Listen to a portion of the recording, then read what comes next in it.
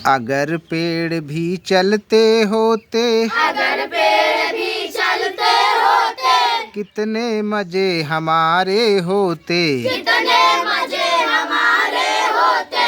अगर पेड़ भी चलते होते, अगर पेड़ भी चलते होते, कितने मजे हमारे होते। कितने मजे हमारे होते। बांध तने में उनके रस्सी, बांध तने में उनके रस्सी, चाहे जहाँ कहीं ले जाते। चाहे जहाँ कहीं ले जाते, जहाँ कहीं भी धूप सताती, जहाँ कहीं भी धूप सताती, उनके नीचे हम छिप जाते। उनके नीचे हम छिप जाते। भूख सताती अगर अचानक, भूख सताती अगर अचानक, भूख सताती अगर अचानक, भूख सताती अगर अचानक, तोड़ मधुर फल उनके खाते। तोड़ मधुर फल उनके खाते। आती कीचड़ बाढ़ कहीं तो, आती कीचड़ बाढ़ कहीं तो, झट उनके ऊपर चढ़ जाते। झट उनके ऊपर चढ़ जाते। अगर पेड़ भी चलते होते, अगर पेड़ भी चलते होते, कितने मजे हमारे होते। कितने मजे हमारे होते।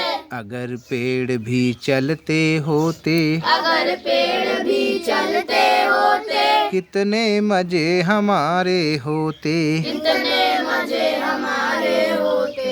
इस कविता से आप लोगों को कुछ सीख मिल रही है? क्या सीखा, जैसे कुछ समझ में आया?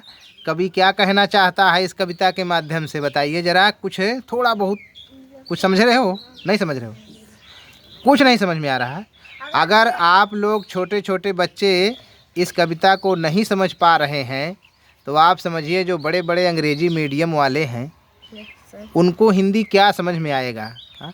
और जब अपनी माँ बोली में क्या कहा जा रहा है वही नहीं समझ में आएगा तो आखिर कैसे आप समझोगे। देखिए सीधा सीधा कह रहा है कि अगर पेड़ भी चलते होते, इसका मतलब अगर पेड़ चलते होते, हाँ, अगर पेड़ चलते होते तो क्या क्या होता। कवि ने कितनी बढ़िया बात बताई है इसमें कि अगर पेड़ चलते होते तो उनको हम रस्सी में बांध के, हाँ हाँ, तो ये जो है बहुत अच्छी कविता है। इसको घर से पढ़ के आना।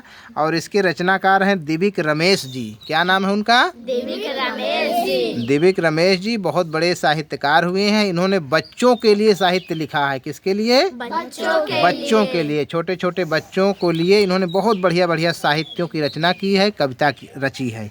इसलिए इस कविता को आप लोग पढ़ के आओगे। Yes sir. अगर पेड़ भी चलते होते। जय हिंद जय भारत। जय हिंद जय भारत। अब तो अपने